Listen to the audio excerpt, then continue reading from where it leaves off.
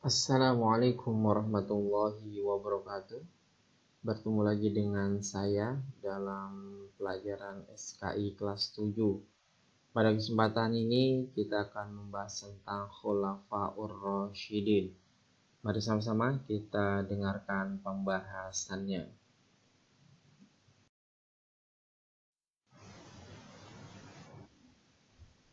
Apa itu Khulafaur Rasyidin? Khulafaur Rasyidin terdiri dari dua kata, yaitu khulafa dan ar-rasyidin. Khulafa jamak dari khalifah, artinya pengganti atau pemimpin. Sedangkan ar-rasyidin artinya mendapat petunjuk.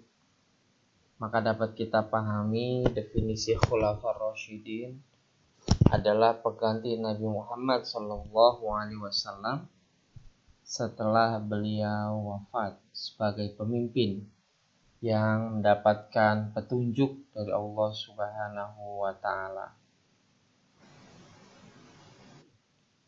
Siapa sajakah yang terpilih menjadi Khulafaur Rasyidin?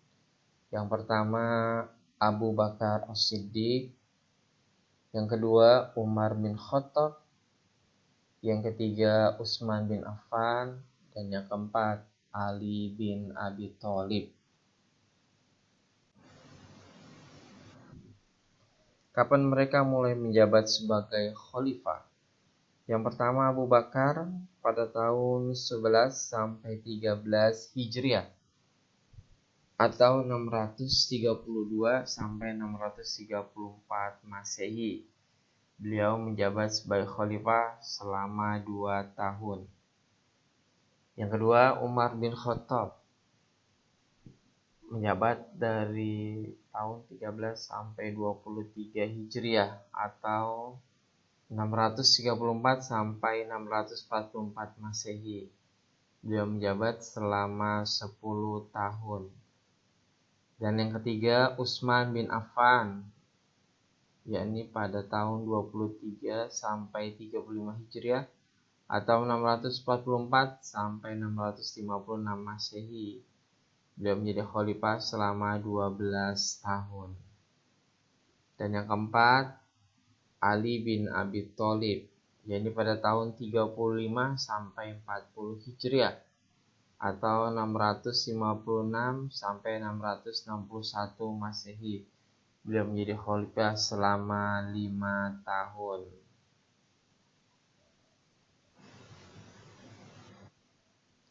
Bagaimana mereka diangkat menjadi Khulafaur Rasyidin? Yang pertama Abu Bakar, yakni melalui musyawarah Isakifah antara Muhajirin dan Ansor.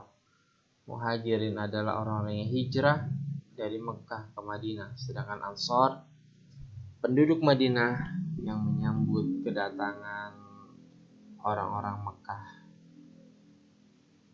Yang kedua Umar bin Khattab, yaitu ditunjuk oleh Abu Bakar As-Siddiq secara langsung.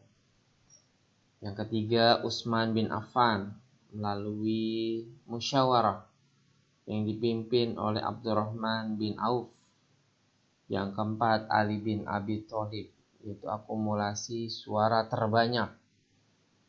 Ya, pada saat itu ya ada dua calon, yaitu Ali dan Muawiyah, dan yang terpilih adalah Ali bin Abi Thalib.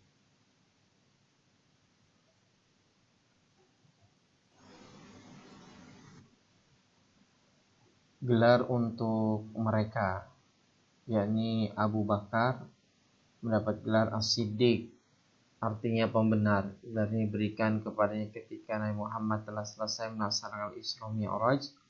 Abu Bakar adalah orang yang pertama membenarkan peristiwa tersebut.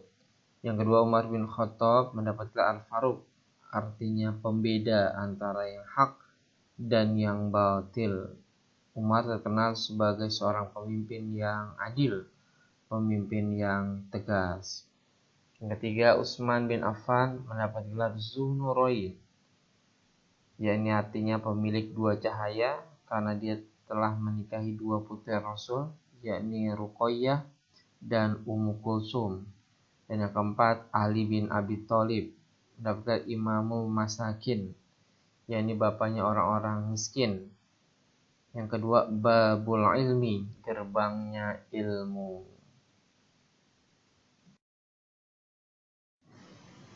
Prestasi Abu Bakar. Yang pertama, memberantas pemberontak, orang-orang yang murtad, kemudian nabi palsu, orang enggan membayar zakat. Yang kedua, membebaskan Syam dari Romawi. Yang ketiga, mengumpulkan ayat-ayat Al-Quran di Hafsah. Dan yang keempat, membebaskan Irak dari Persia. Prestasi Umar bin Khattab. Yang pertama, membuat kalender Hijriah yang terhitung dimulai ketika Rasulullah hijrah dari Mekah ke Madinah. Yang kedua, membentuk lembaga Islam. Yang ketiga, membebaskan Baitul Maqdis dari penjajah Romawi. Yang keempat, menguasai Persia dipimpin oleh Sa'ad bin Abi Waqqas. Yang kelima, membebaskan Mesir dari Romawi dipimpin oleh Amr bin As dan Zubair bin Awam.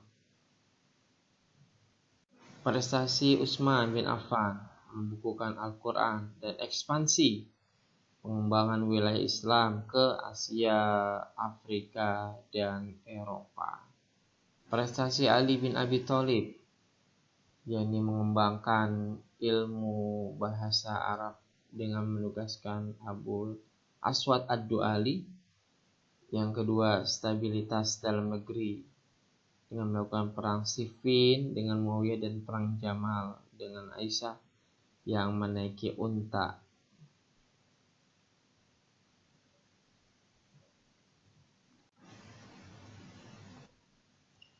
Wafatnya Khulafaur Rasyidin. Yang pertama, Abu Bakar karena menderita sakit. Yang kedua, Umar bin Khattab dibunuh oleh Abu Lu'lu'ah. Yang ketiga, Utsman bin Affan dibunuh oleh Abdullah bin Saba. Yang keempat, Ali bin Abi Thalib dibunuh oleh Abdurrahman bin Muljam.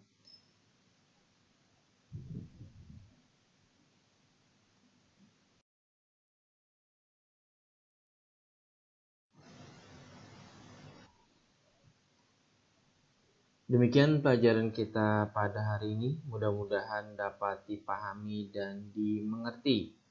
Jangan lupa like, comment, and subscribe agar saya bisa membuat video berikutnya.